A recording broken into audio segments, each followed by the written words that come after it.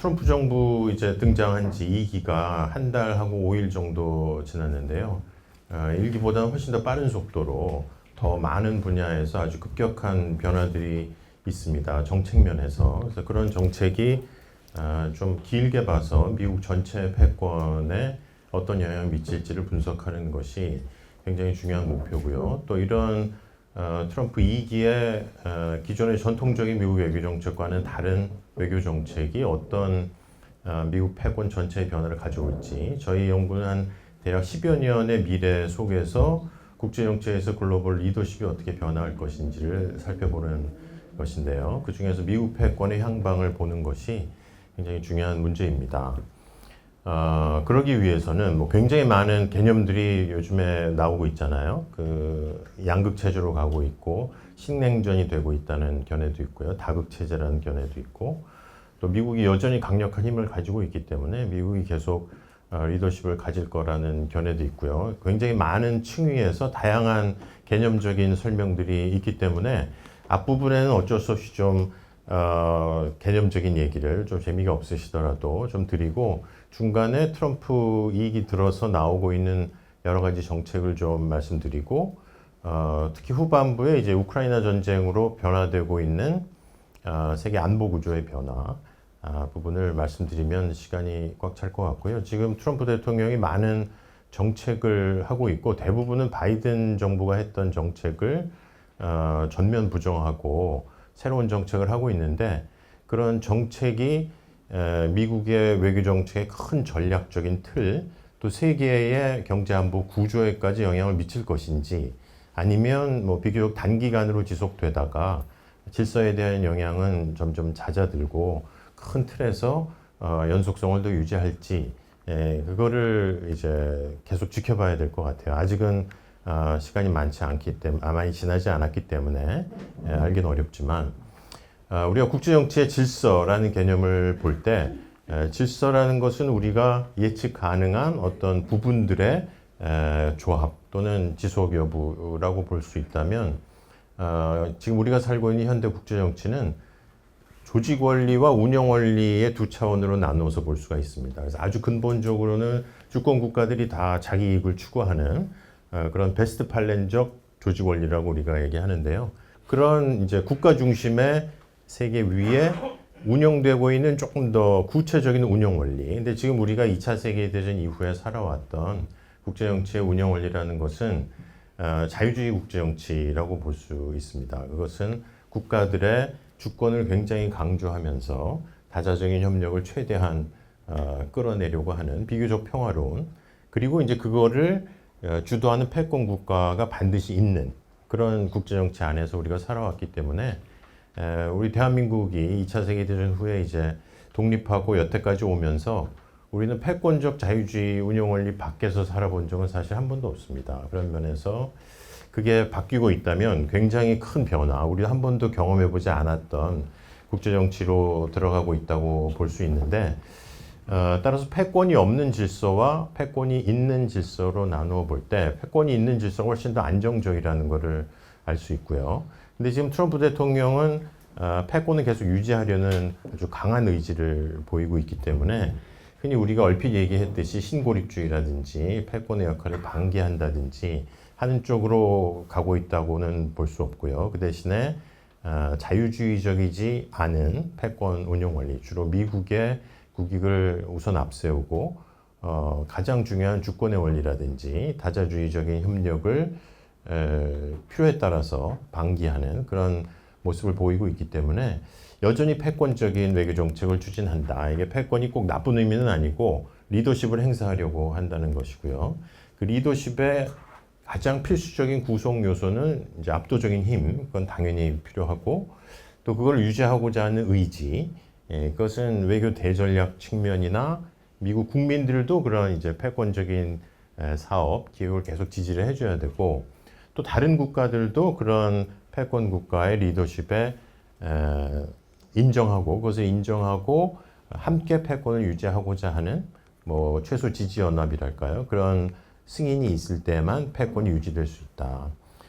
지금 우리가 갖고 있는 패권적 자유주의 운영 원리라는 것은 2차 세계대전 이후에 미국이 우리가 1, 2차 대전처럼 전쟁을 다시 하면 안 되고 다른 국가의 주권을 빼앗으면 안 되고 영토를 빼앗으면 안 되기 때문에 그런 주권을 인정한 차원에서 국가들 간의 협력을 도모하는 데 필요한 일을 미국이 앞장서서 하겠다라는 것입니다. 그 필요한 일이라는 것을 다른 말로 하면 이제 국제적인 공공재를 생산하는 역할을 하겠다는 거죠. 그것은 국제 질서를 유지하는 데 필요한 기본적인 평화와 안정, 또 열린 자유주의 경제 질서를 유지하는 데 필요한 여러 가지 역할, 또 3세계를 도와줄 수 있는 원조라든지 그런 역할을 패권 국가가 압도적인 힘을 가지고 누가 시키지 않았는데도 미국이 굉장히 선의에 의해서 동의를 구해가면서 세계 질서를 유지하는 역할을 여태까지 해온 것이 사실이다. 그런 면에서 이제 한국도 미국의 패권적 질서 속에서 경제 발전을 이루어 올 수도 있었고요. 그것이 미국이 이타적으로 생각을 해서 그런 것은 아니고 거기서 얻을 수 있는 미국의 장기적인 이익도 물론 있다. 예를 들어서 핵무기를 독점해서 안보 질서를 유지할 수 있는 강력한 군사력을 갖는다든지 기축통화국이기 때문에 경제 위기를 충분히 벗어날 수 있는 아주 특권을 누린다든지 또 국제제도를 마음대로 좌지우지할 수 있는 리더십도 가질 수 있다든지 하는 아주 장기적인 이익을 크게 회수할 수 있는 그런 상황 속에서의 단기적인 희생이라고 볼 수 있다.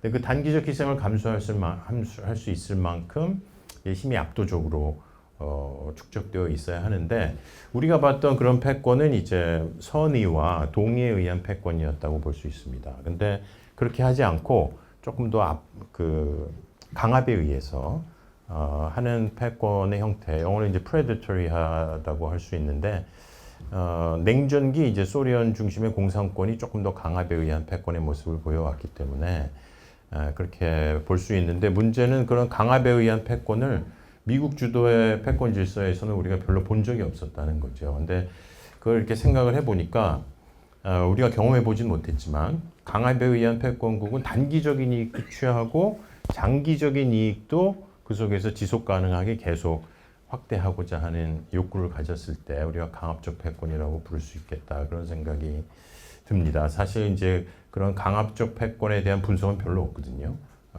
국제 정치에서도 왜냐하면 우리가 특별히 겪어보지 않았기 때문에. 트럼프 대통령 정부의 경우는 이제 거래와 강압에 의해서 단기적인 이익도 취하고 또 강압과 회유, 미국에 편승하는 국가들을 잘 대접해주는 편승 동맹을 더 많이 만들어서 장기적인 패권도 유지하고자 하는 그런 조금 더 다른 형태의 리더십을 추구하려는 모습을 보이고 있다. 그런 면에서 지금 이제 트럼프 대통령이 추구하는 외교 정책의 변화의 층위는 운영 원리 차원의 변화이다. 근데 그거보다 더 길게 보면 지금 국제 정치는 조직 원리의 변화도 같이 일어나고 있어요. 그것은 국가가 주권을 가지고 국제 정치를 유지하는 세계인데 20세기 후반의 지구화 이후로는 비국가 행위자들의 역할이 굉장히 중요해졌고 권능도 더 늘어난 그러니까 국가 이하 차원에서는 개인이나 시민사회, 뭐 거대 기업이나 미디어 이런 역할이 굉장히 커졌고 국가 이상의 차원에서도 국제기구라든지 특히 지구화의 경우에 그러면서 이제 지구화 속에서 국가 권능이 약화되고 국민들이 보호받지 못하자 반지구화 운동이 일어나서 그거를 그런 국민들의 불만을 활용하는 이제 국가의 지도자들이 포퓰리즘이나 극으로 빠지게 되는 그러니까 크게 보면 이제 지구화와 탈베스트팔렌에 대한 반발이 지금 여러 가지 형태로 나타나고 있다. 또 트럼프 대통령도 그런 의미에서는 지구화 속에서 나타나는 미국의 뭐 중산층의 문제나 경제 어려움을 활용해서 포퓰리즘적인 정권을 가지게 된 부분도 있고요. 그렇게 보면 이런 운영 원리의 변화 밑에는 훨씬 더 근본적인 변화가 일어나고 있기 때문에 지금의 국제 정치를 레토릭하게 보는 것보다는 조금 더 분석적으로 그 국제 질서가 여러 층위에서 다양하게 일어나고 있는데 그건 굉장히 거시적이고 한 차원이 아닌 여러 차원의 복합 거시 이행의 차원의 변화라고 볼 수 있다. 따라서 트럼프 이 1기 때 우리가 그런 질문 많이 했었어요. 트럼프 대통령이 굉장히 예외적인 대통령이냐, 아니면 있을 수밖에 없는 그런 추세 속에서 그거를 반영한 필연적인 출현이냐, 이런 얘기를 했었는데, 여전히 그 답은 아직 내리기 어려운 상황인 것 같아요. 그래서 미국이 이런 어려운 상황 속에서 패권을 유지하려다 보니 어쩔 수 없이 지금 미국의 부국강병이 더 우선할 수밖에 없다는 일시적인 자유주의의 후퇴, 그런 의미에서의 간헐적인 일방주의다. 그러니까 이 어려운 트럼프 시대가 지나고 나면 다시 민주당이 집권을 하게 되고 원래 미국의 모습을 되찾을 거다. 미국이 이제 좀 더 강력해지고 미국이 좀 더 숨 쉴 수 있는 공간이 마련되면 이렇게도 볼 수 있고, 아니다, 이제 그런 시대는 끝났고 미국은 다시는 자유주의 패권의 모습을 되찾지 못할 거다라고 볼 수도 있는데, 그거는 지금 경험적으로 내릴 수 있는 답은 아니라고 생각돼요. 그거는 굉장히 열려진 가능성이기 때문에 미국의 국내 정치와 다른 국가들의 대응을 보면서 결정할 수 있는 요소들이다. 그렇게 봤을 때 트럼프와 트럼프주의가 앞으로 미국 패권의 미래에 굉장히 큰 영향을 미치는 요소라는 건 확실하죠. 우리 지난 바이든 정부도 다른 형태의 트럼프주의였다, 이렇게 얘기하기도 하거든요. 미국의 국익을 이제 앞세워서 다른 국가들을 좀 더 강압적으로 외교 정책을 하는, 물론 동맹 중시나 다자주의를 더 강조한 부분이 있지만, 그런 의미에서 트럼프주의의 이런 강압적 패권의 요소들이 있다는 거죠. 다시 설명드리진 않고 넘어가도록 하겠습니다. 그렇게 봤을 때 이제 우리가 레토릭으로 듣는 미국 우선주의나 이제 마가 또는 거래 기반 질서, 일방주의, 새로운 운영 원리들을 이러이러한 내용으로 조금 더 설명해서 볼 수가 있다 하는 정도로만 넘어갈게요, 여러분. 그래서 트럼프 대통령이 초반 이제 100일 동안, 이제 35일 지났으니까 앞으로 한 65일 남은 거죠. 100일 동안 굉장히 빠른 속도로 독재에 가까운 외교 정책을 추구하겠다라고 했고, 실제 취임 초반에 행정명령의 발효 숫자로는 역대 어느 대통령보다도 많은, 굉장히 잘 준비되어 있고 트럼프 대통령이 하고자 했던 외교 정책을 굉장히 체계적으로 지금 제시하고 있다고 볼 수 있습니다. 그 기조는 우선 미국의 이익을 위해서 필요한 경제적 기반과 안보적 기반을 다지겠다라는 거고요. 그 내용은 여러분들이 아마 신문 등을 통해서 굉장히 잘 아실 수 있을 것 같아요. 그래서 요 중간 부분의 내용은 아주 짧게만 설명하고 넘어가도록 하겠습니다. 전체적인 특징은 우선은 경제 중심의 어프로치, 그래서 미국의 경제를 되살리기 위한 미국이 갖고 있는 경제적인 외교 정책 수단을 총동원하는 모습을 보이고 있다. 그리고 그 과정에서 기존에 국제사회가 가지고 있었던 여러 규범들, 예를 들어서 파리 기후협정과 같이 기후변화를 유지하기 위해서 스스로 많이 자제했던 화석연료의 사용이라든지 이런 거를 국제규범을 다 무시하는 행태를 보이고 있고, 국내법적으로도 이런 관세가 국내법적으로 대통령의 권한 인지에 대한 굉장히 논란이 많죠. 근데 그런 논란이 이제 앞으로는 굉장히 많이 불거질 것 같아요. 또 거기에 필요한 우리 도지라고 해서 국가 효율성 부, 지금 일론 머스크가 주도하고 있는, 그래서 얼마 전에 부서를 없애거나 USAID 같은, 또는 수장을 바꾸거나 하는, 또 공무원을 대량 해고하고 하는 것이 헌법적으로 맞는 일인가, 또 의회가 설립한 국제개발처 USAID를 철폐해서 이제 국무부 안으로 가지고 들어오는 것이 헌법적인 행동인가에 대한 소송이 앞으로 계속 걸릴 거라는 거죠. 그럼 그랬을 때 트럼프 대통령이 그걸 받아들이지 않으면 소위 헌정적 질서의 문제가 되는 상황도 닥칠 수 있다. 근데 우선은 그런 정책들이 국민의 세금을 낭비한 여러 부서들을 없앤다는 정당성으로 굉장히 빠른 속도로 추진하고 있기 때문에 국내적, 국제적 규범을 상당히 위반하거나 무시하는 형태이지만, 그게 지금 인플레이션에 시달리고 있는 미국 국민들에게는 전면적인 지지를 받고 있긴 하다. 근데 어제 이제 CNBC인가요? 여론조사를 봤는데 트럼프 대통령의 지지율이 47%인가 그렇거든요. 그래서 그거를 보면 약간씩 떨어지고 있는, 민주당 쪽에서는 이제 이런 무리한 정책이 반드시 어떤 반동 효과를 가져올 거라고 해석하고 있고, 반대로 공화당 쪽에서는 그럼에도 불구하고 전체적인 지지는 유지되고 있다.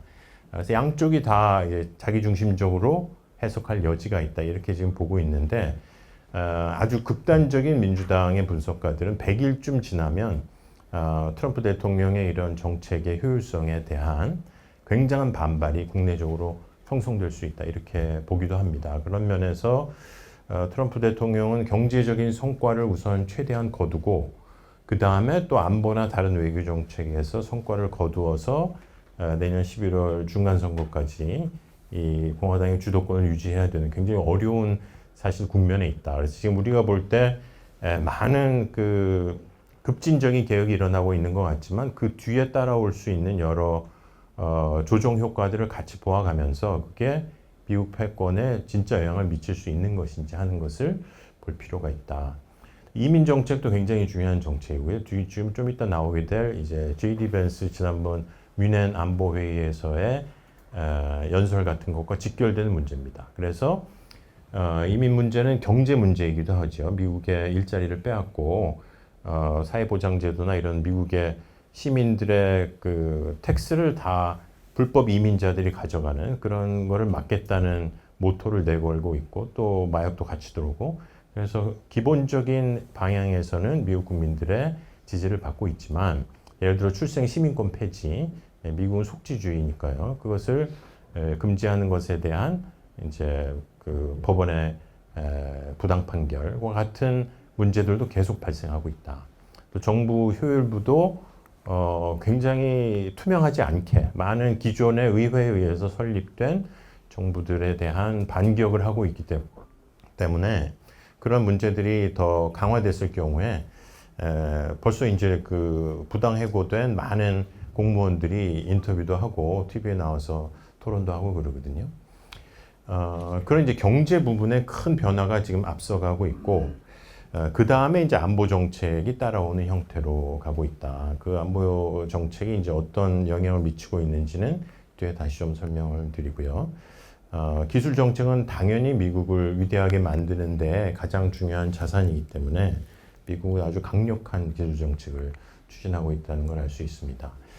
이거는 그 이코노미스트지가 분석한 건데, 미국이 지금 주도 세력, 그러니까 트럼프라는 개인 변수가 일단 있고요. 트럼프가 이제 어떤 그 개인 변수적인 특성을 가지느냐에 대해서 굉장히 많은 분석이 있습니다. 심리학적인 분석도 있고, 뭐 우리도 직접 아는 사람은 아니기 때문에 자세히 알 수는 없지만 그런 분석들을 보면 그렇겠구나 그런 생각이 들기도 하고요. 또 공화당 주류의 견해가 있고, 원래 공화당이 가지고 있었던, 그러니까 트럼프주의자라고 할 수 없는 공화당의 주류, 작은 정부와 시장의 중심, 원래의 자유주의를 강조했던 그런 보수적인 주류파가 있고, 트럼프 중심의 아메리카 퍼스트 파가 있고, 그 다음에 이제 일론 머스크로 대표되는 그 빅테크들을 주도하고 있는 경제의 특징이 있어서 그런 경제 정책만 보더라도 다양한 이해관계가 지금 모여 있고, 지금은 정부 초기이기 때문에 강력한 리더십 속에서 비교적 일관되게 정책이 펼쳐가고 있지만, 관세 정책만 하더라도 기존의 보수 주류들은 너무 높은 관세, 기존의 경제 질서를 무너뜨리는 그런 질서에는 반대하는 경향도 보이고 있다.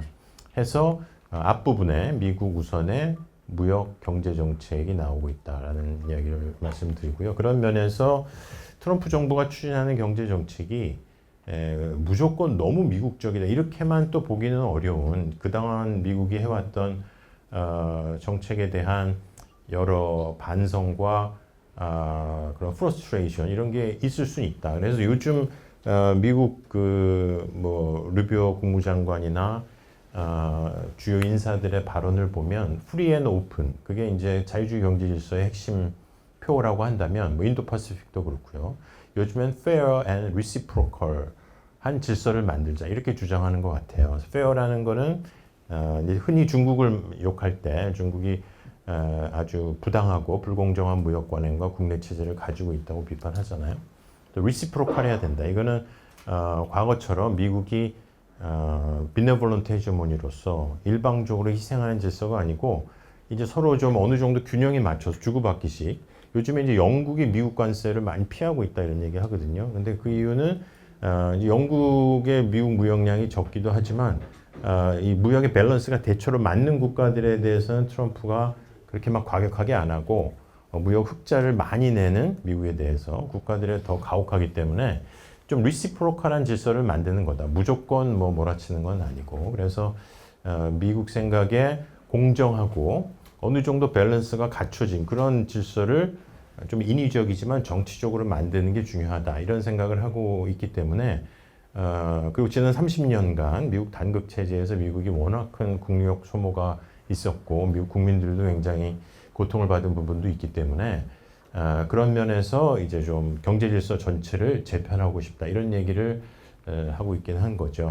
그리고 특히 이제 경쟁국인 중국, 미국이 생각하는 가장 중요한 경쟁국인 중국에 대한 전략적 디커플링을 하겠다. 저건 이제 얼마 전에 라이트하이저가 그 60미닛인가 나와서 전략적 디커플링인 얘기를 했는데 그 얘기는 바이든 정부가 했던 디리스킹보다는 훨씬 더 전면적인 중국에 대한 무역 밸런스를 맞추기 위한 폭넓은 의미의 디커플링.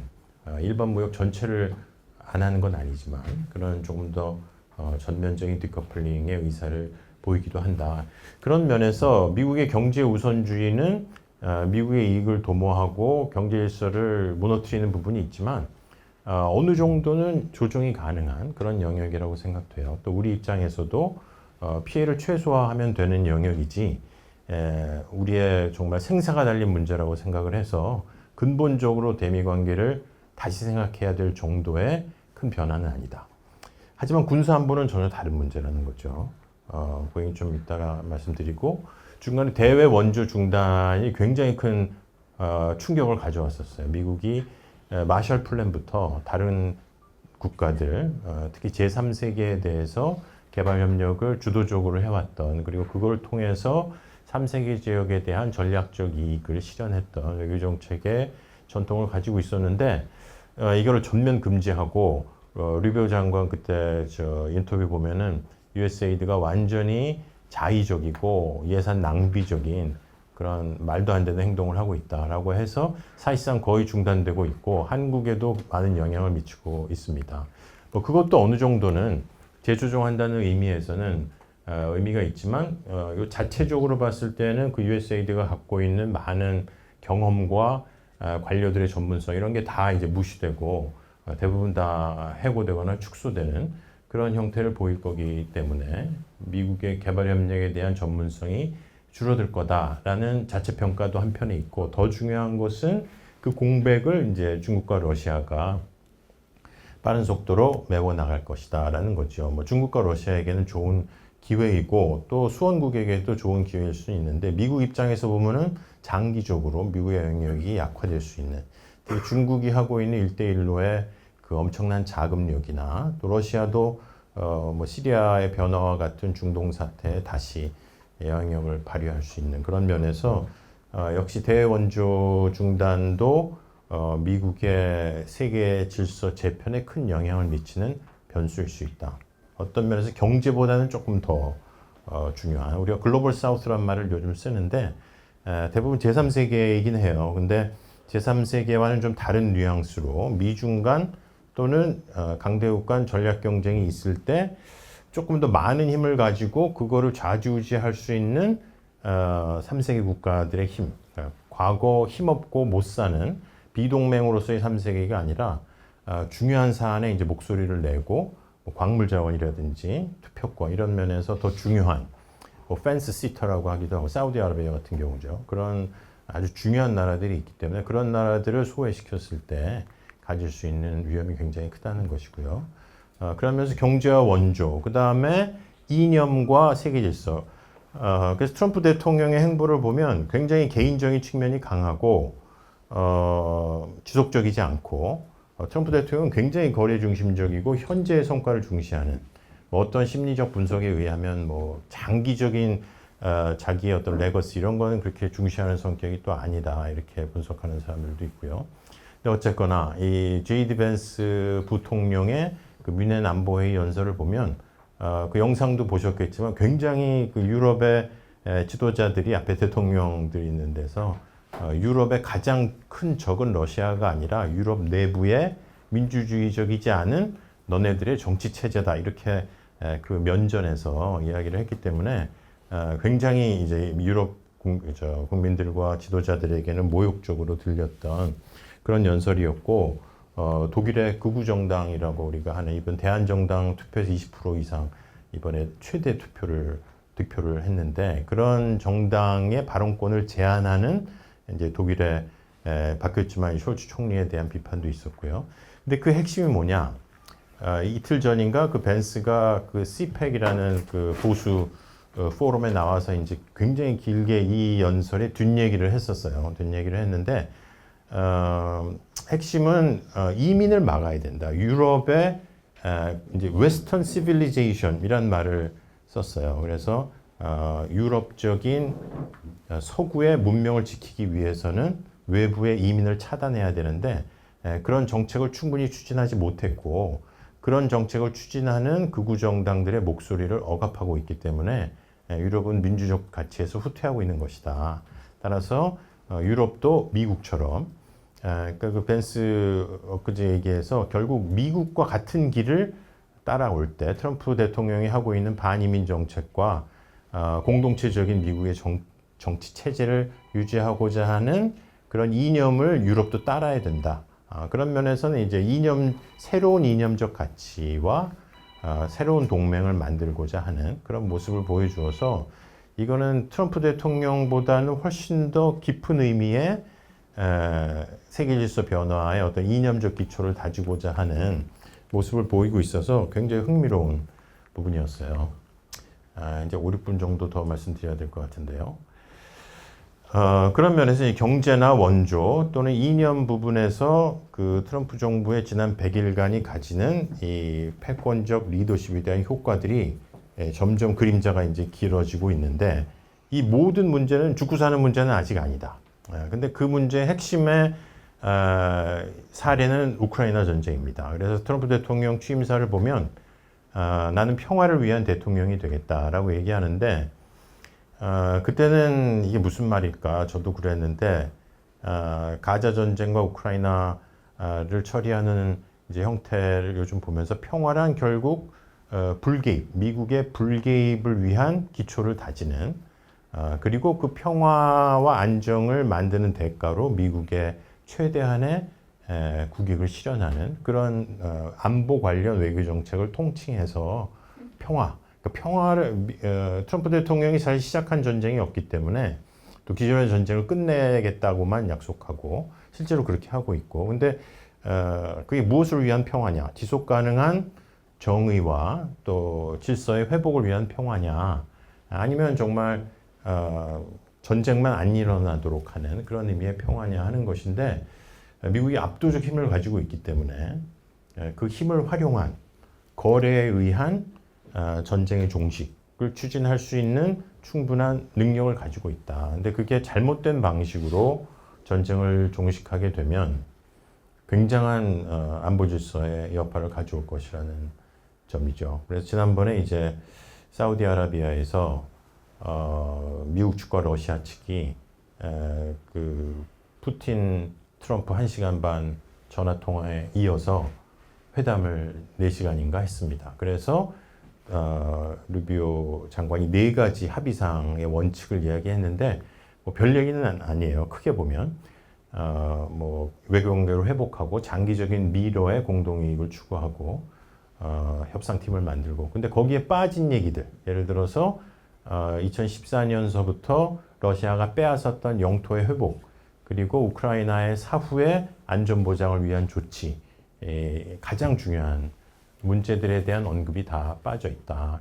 그리고 우리가 아는 것처럼 이제 이 전쟁의 발발은 일어나지 않았어도 되는 우크라이나의 도발에 의한 나토가입과 같은 러시아가 어쩔 수 없이 시작한 전쟁이었다라는 투의 러시아의 그 내러티브를 따르는 트럼프의 발언들 이런 걸 볼 때 이 전쟁을 끝내는 가장 좋은 방법은 푸틴을 지지하고 우크라이나의 지원을 끊는 방법이죠. 그건 뭐 누구나 할 수 있는 가장 평화를 위한 방법인데 옳지 않은 평화다라고 미국 국내에서도 반 이상의 국민들 지난번에 폴이 있었는데 52%인가 뭐 그랬던 것 같아요. 그러니까 약간 미국 국민들도 당황스러운 현재의 그 레토릭대로만 간다면 유럽 국가들은 벤스의 연설과 그 헤그세스 국방장관의 연설 그리고 이번 우크라이나의 지금 협상 초기 국면을 보면서 미국과 유럽의 안보가 디커플되고 있다는 생각을 강하게 하는 것 같아요. 그래서 그 전에는 미국이 나토 유럽 회원국들의 국방비 지출을 GDP 대비 2%에서 5%까지 써라. 그것도 너무 황당하지만 우리가 열심히 해볼게. 너네가 안 하면 우크라이나 전쟁이 엉망이 될 거야. 이런 위협 정도로 받아들였는데 그렇지 않구나. 이게 정말 미국과 러시아의 공동이익을 도모하면서 우크라이나와 같은 약소국의 주권을 강대국 마음대로 처리하려는 그런 경향을 가지고 있는 대통령이로구나라는 생각을 유럽이 여러 측면에서 하고 있는 것 같아요. 따라서 뭐 포스트 아메리칸, 유로피안 시큐리티 이런 고민을 본격적으로 하는 단계에 들어갔다. 이거는 유럽이 국방비를 늘려서 해결되는 문제가 아니고 특히 이제 아직은 정해지지 않았지만 그 우크라이나와의 광물 협정 얘기를 지금 하고 있잖아요. 그래서 앞으로 우크라이나가 생산하는 광물이나 인프라의 이익의 50% 이상을 이제 미국이 가져가는데 그거는 우크라이나의 경제 상황으로 볼 때 몇십 년, 몇백 년이 걸려서 바쳐야 돼. 그러니까 지난 바이든 대통령이 이제 무상으로 지원했다고 생각했던 경제 군사 지원에 대한 리페이먼트의 생각 또는 뭐 전후 복구 질서라는데 명확치 않은 그런 익스큐즈를 내걸어서 미국의 이익을 주로 챙기려는 그런 모습인데 그런 내용들이 뭐 향후엔 조정될 수는 있겠지만 어쨌든 트럼프 대통령 개인의 어프로치로 봤을 때 이런 우려가 계속 강화되고 있다. 우크라이나는 지금으로서는 전쟁을 계속할 수 있는 상황은 아니기 때문에 트럼프 대통령의 제안을 받아들일 수밖에 없는 그런 상태로 가고 있다. 그랬을 때 과연 우크라이나의 안전 보장과 특히 러시아가 점령하고 있는 약 19% 정도의 우크라이나의 영토를 결국 러시아가 가져가게 된다면 정말 2차 대전 이후로 주권 국가의 영토의 가장 많은 비중이 다른 국가에 의해서 불법적으로 넘어가게 되는 그런 선례가 되는 거죠. 그것은 굉장한 이제 결과를 가져올 것이다. 왜 트럼프 대통령이 도대체 그러느냐? 여러 가지 해석이 있는데 제가 본 것 중에는 이제 일기 때 국가안보보좌관 했던 존 볼튼이 그 어느 인터뷰에서 짧게 얘기했는데 트럼프 대통령은 머릿속에 그런 지역적 안보 전략에 대한 생각이 그렇게 그 자리 잡고 있지 않다. 이렇게 뭔가 질서, 시스템 이런 거에 대한 생각이 별로 없다는 거죠.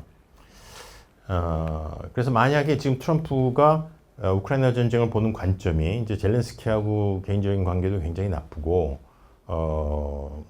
미러 관계를 다시 개선하고 싶고 그렇게 됐을 때 그 유럽 안보 질서에 미치는 영향, 장기적으로 국제 질서, 아까 리버럴 오더의 핵심인 주권과 다자주의의 균형을 어떻게 변화시키고 있는지에 대한 인식 자체가 없다면 그건 보통 이제 정치가로서 많은 경험을 과거에 하면서 쌓인 신념같이 형성되어야 되는 건데 그게 만약에 없다면 이제 굉장히 큰 문제가 있을 수 있다. 이게 아마 마지막 슬라이드일 텐데요. 그렇게 봤을 때 만약에 우크라이나식으로 동아시아 문제를 똑같이 접근하게 되면 대만 문제나 아니면 북핵을 다루는 방식에서 동맹국들의 의사라든지 트럼프 대통령이 얼마 전에 북한 얘기할 때 이제 북한 해변가에 뭐 트럼프 타워 이런 거 만들고 이런 얘기 했잖아요. 그래서 굉장히 경제적인 어프로치를 하는데 그게 뭐 좋은 일일 수도 있다. 우크라이나도 광물 자원을 개발하기 위해서 미국의 기업들이 들어가면 그것이 일종의 경제 안전 보장이다. 러시아가 그런 미국 기업들이 있는데 굳이 쳐들어오겠느냐. 이런 얘기를 이제 하는 것처럼 북한도 그렇게 볼 수는 있지만 유럽 국가들이 패싱 당한 것처럼 이제 한국이 그럴 수 있는 가능성, 또 북한의 주권이라든지 이런 게 충분히 논의되지 않을 가능성, 그 북한의 어떤 입장, 그 긴 의미에서 그런 우려를 굉장히 이제 가져온 부분이 있다. 따라서 지금 100일 앞에 많은 조치들은 단기적이고 우리가 최소화할 수 있는 부분이 있지만 만약에 이게 더 나아갔을 경우에 특히 미국 국내적인 헌정 질서의 위기라든지 요즘에 미국의 권위주의화 이런 얘기 많이 하거든요. 그래서 의회를 무력화시키고 사법부에 복종하지 않고 반대파를 여러 가지 형태로 탄압하는 그런 이제 competitive authoritarianism 이런 개념을 쓰기도 하는데 그런 국내의 변화. 그러니까 결국 그 권위주의화되는 미국의 대외 행태는 민주적인 굉장히 어렵잖아요. 아직 일시적이지만 또 기존의 2차 대전 이후에 리버럴 오더의 기본 법칙을 무시하는 미국의 외교 정책이 지속된다면 미국은 강압적 패권으로 바뀌고 이후에는 이제 그런 패권적인 리더십을 굳이 행사하려고 하지 않는 미국 중심의 강대국이 될 가능성도 있다. 그러면 이제 그런 강대국들 간의 관계로 국제 정치가 결정이 되겠죠. 다극 질서가 될 수 있다. 다극 질서가 될 수 있다.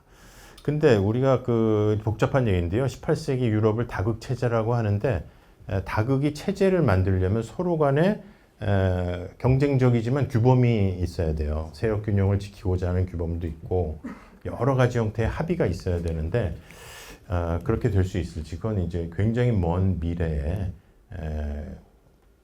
생겨날 수 있는 질문들인데 하여간 다극이 된다고 그래서 다극 체제가 바로 만들어지는 것은 아니다. 그런 면에서 지금 이제 앞으로가 어떻게 전개될지는 모르지만 강압적 패권의 지속 가능한 여러 가지 요소들이 나타나고 있는 건 사실이다.